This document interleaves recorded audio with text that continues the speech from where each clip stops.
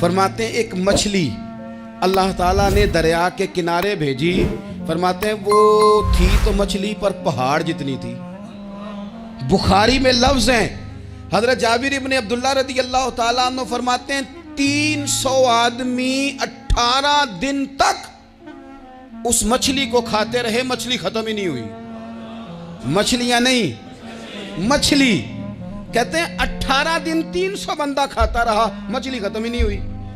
اور فرماتے ہیں کہ اس کی ہڈی نکال کے, کانٹا کہیں گے آپ اپنی زبان میں, کہتے ہیں وہ نکال کے نا تو اس کو کھڑا کیا نا جب, تو اونٹ کجاوے سمیت اس کے بیچ سے گزر جاتا تھا.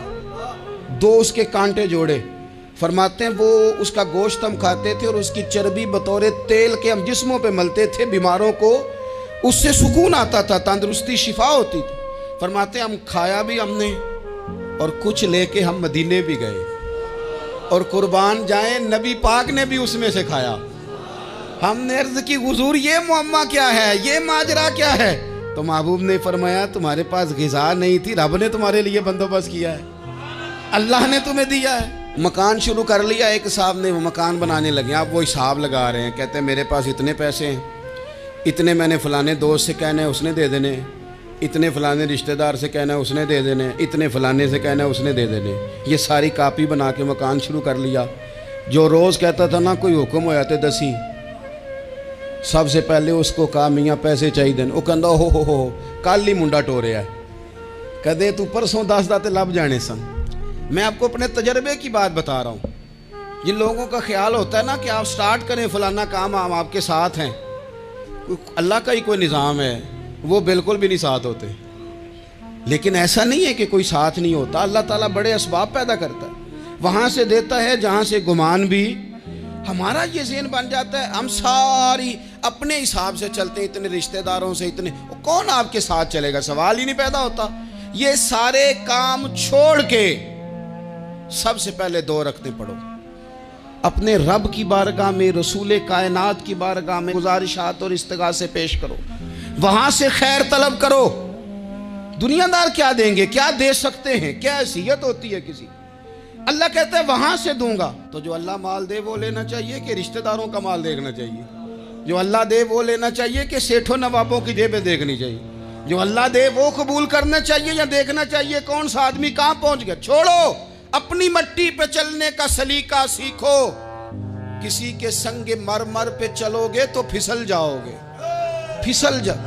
اس پر ایک اور بات عرض کر دوں, صحیح بخاری سے, مسلم سے ایک اور بات. کچھ چیزیں ایسی ہیں جن سے اللہ کی مدد آتی ہے, مدد ملتی ہے.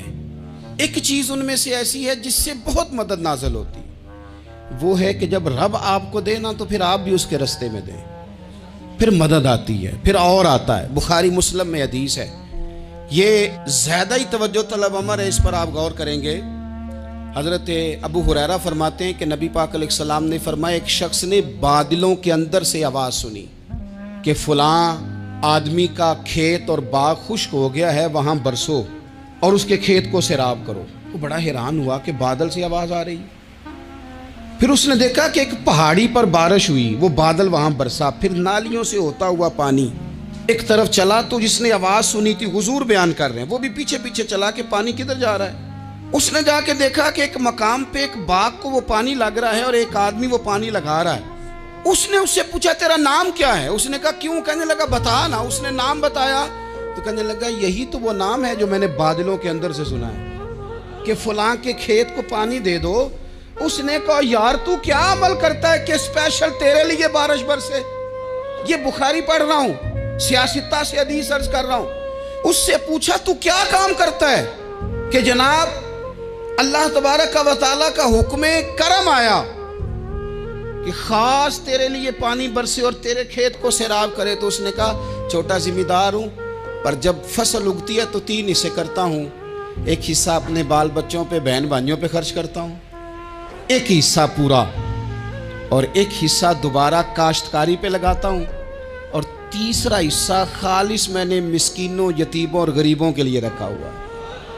وہ جو تیسرا حصہ, اللہ کرے آپ سمجھے, وہ رب کے بندوں پہ تیسرا حصہ خرچ کرتا ہے نا, تو کریم مالک نے فرمایا جہاں سے غریب کا حصہ جاتا ہے وہ کھیت خشک نہیں رہنا چاہیے، وہ جہاں سے مسکین روٹی کھاتے ہیں وہ خشک نہ رہے، جہاں سے یتیموں کو کچھ آتا ہے کہیں اس کی فصل رہ نہ جائے۔ میں اور آپ بھی اگر اپنے مال میں مسکینوں، یتیموں، غریبوں کے حصے رکھ لیں گے تو فصلیں خشک نہیں رہیں گی، ان کے اندر تازگی آئے گی، نور آئے گا، کرم آئے گا، خاص کر خدا کی رحمت برسے گی۔ مدد اللہ سے چاہیں، اپنی توجہات کا مرکز رب رسول کی ذات کو بنائیں، پھر آپ محسوس کریں گے کہ بڑی جلدی اللہ تعالیٰ کی مدد آنے لگی ہے۔ کبھی آپ صرف کہہ دیں نا میرا رب میرے ساتھ ہے، اس لفظ میں اتنی طاقت ہے کہ دشمن ویسے زہر ہو جاتا ہے۔ زندگی میں کسی سے بھی لڑائی ہو اچھی طرح سوچ لیں کہ اللہ اس طرف ہے یا اس طرف ہے۔ اگر آپ زیادتی پہ ہیں تو پھر رب مظلوم کی جانب ہے۔